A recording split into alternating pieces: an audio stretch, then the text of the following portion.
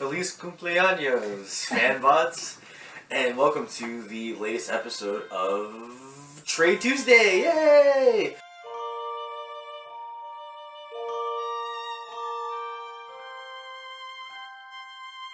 I'm hawkeyeorhawkguy, and if this is the first time you're watching this segment, it's a segment wherein the members of Assemble Robots, such as myself, will be reviewing a trade. And the trade for this week is Teen Titans Earth 1. Woo. So recently, DC started making these Earth 1 books, and they're supposed to be more modern, or at least I think most of them are supposed to be more modern retellings of the origin stories of popular characters. So far, they've done one for Superman, one for Batman, and then Teen Titans is the newest franchise to get this treatment. And I believe the next one is Wonder Woman, and I'm really excited for that one because I love Wonder Woman. I've enjoyed them so far. I thought Superman was actually fairly well done. The most recent Superman movie, Man of Steel, borrowed a number of elements from that book, which I thought was kind of cool. And I think the Batman one was actually exceptionally well done. It had a really good kind of timeless feel to it. Like, it could have been happening today. It could have been happening back when Batman was created. It could be happening in the future. Like, Gotham itself has sort of a timeless look. But I want to say overall, I think this Teen Titans trade is the most well constructed, the most impressively translated out of the whole series. I think there's something, intrinsic about having teenage characters. As long as you keep them true to their origins, their powers and such. It's kind of easy to place teens in any time period because being a teenager usually involves being miserable, being grouchy, not liking your parents, and feeling awkward. And so you can do that in any time period. The past, the present, the future, on another planet, it doesn't really matter. But this one definitely felt the most authentic. Like, reading it, it's easy to imagine these being completely and entirely new characters that were like just being introduced to for the first time without having any preconceived notions. I thought that was kind of cool. Also, if you look at the cover, you'll notice that even though this is an Earth 1 version of Teen Titans, there are only certain Titans on the cover. Those Titans being Raven, Starfire, Cyborg, Changeling. I don't remember what Terra's Earthshaker. What's Terra's? Or maybe Terra is. Oh, I see. Because her name is Terra, I think, but her superhero name is Terra, which is why I was having such a hard time trying to remember what her name was. And then Jericho, who is Deathstroke's son / girl Deathstroke's brother. What's her name? I really should have looked that up. I can't remember. Doesn't matter.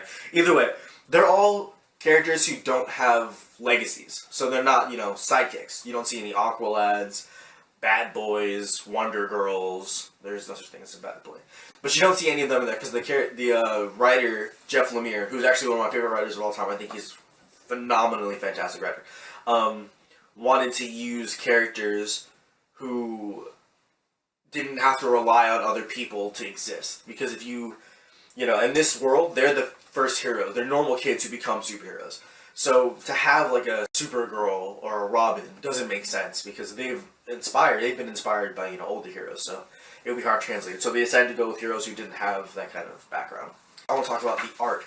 The artistic team on this comic is my favorite husband and wife duo, Terry Dodson and Rachael Dodson, the Dodsons. And their art is phenomenal.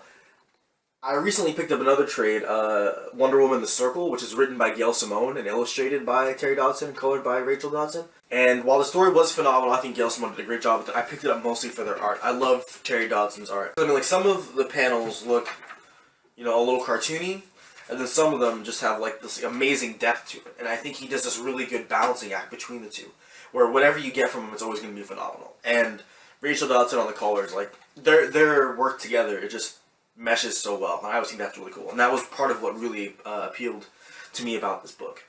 Otherwise, I thought, Jeff Lemire, he wrote for the recent Animal Man series, I thought was really, really, really good. He's also written Trillium, Sweet Tooth, I believe, is another book by his. A lot of critically acclaimed runs, so I knew it was going to be a good story, and it was absolutely a good story.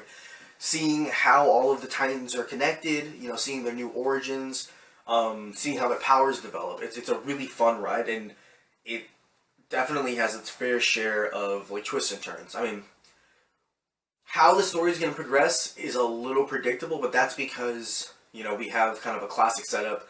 These kids have been manipulated in some way into getting these abilities, and so things kind of progress as you would expect them to when they finally try to start figuring out what's happening to them. But the ending has a really, really cool like little plot twist thing.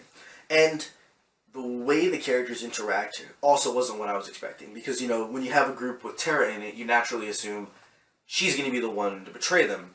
Whereas in this book, they kind of play with that expectation. And there's maybe another traitor in their midst. So, because I did love it, and I think you should absolutely read it. Everyone should read it. It was a really good run.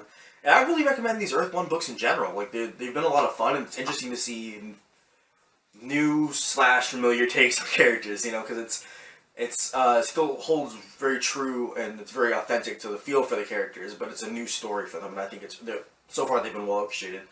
But my biggest problem was with Superman, Earth 1, Book 1, and Batman, Earth 1, Book 1. They felt very self-contained. Like, you could tell it was going to be an ongoing series, but you could read the first one, and it felt like a satisfying beginning and ending. Whereas with this one, it feels like, obviously, the little reveal they have at the end is setting up the events for the next book, but it doesn't feel as complete as the other ones did. Because we learn a lot about most of the main characters. And we, get to see them in action. We learn more about their powers. But two of the main characters, and I'll tell you who they are because it won't spoil too much until you read it, because again, you won't know why we don't see much of them. But Raven and Starfire, who are arguably the most interesting characters in this book, are given very little face time. And it's in part due to the plot, due to the circumstances.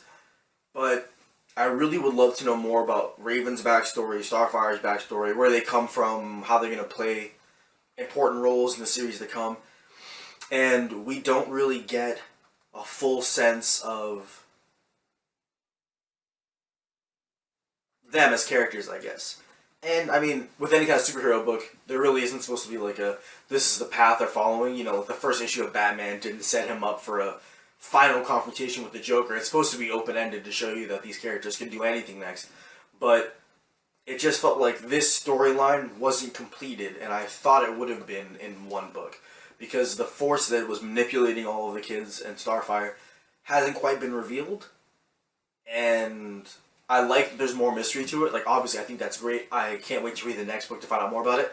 But I didn't feel like this was such a great self-contained book. It obviously requires book 2 to get a full feel for it. But either way, I thought it was really, really great. I love the art, love the character concepts. I would give it an 8.5 out of 10. And the only reason I wouldn't give it like a 9 out of 10 is because, again, I was kind of expecting it to be a complete book. And while I am usually not the type who says, oh, it wasn't what I expected, I don't like it, in this case, it did feel a little jarring to me when I finished, and the story wasn't all complete and compact and junk. So, 8.5 out of 10, absolutely, absolutely pick it up. If you're a fan of Jeff Lemire in the least bit, if you like Terry Dodson's art, which you should, if you read comics, pick it up, tell me what you think, and enjoy it. And before I go, a quick little thing. Over the next coming weeks, we're going to try and obtain a copy of Day Tripper because we got a request to do a Trade Tuesday for that, and we're all very excited. Me especially. I had Day Tripper on my wish list on Amazon for the past, God knows how many months. I've really been wanting to read it, and so now to have an excuse to go out and buy it, I'm a very happy camper. Otherwise, I'd like to personally say, over the Thanksgiving kind of holiday area, we really didn't get out much content. We all kind of went our separate ways for Thanksgiving. We were all over the place, so we really didn't get a chance to collaborate.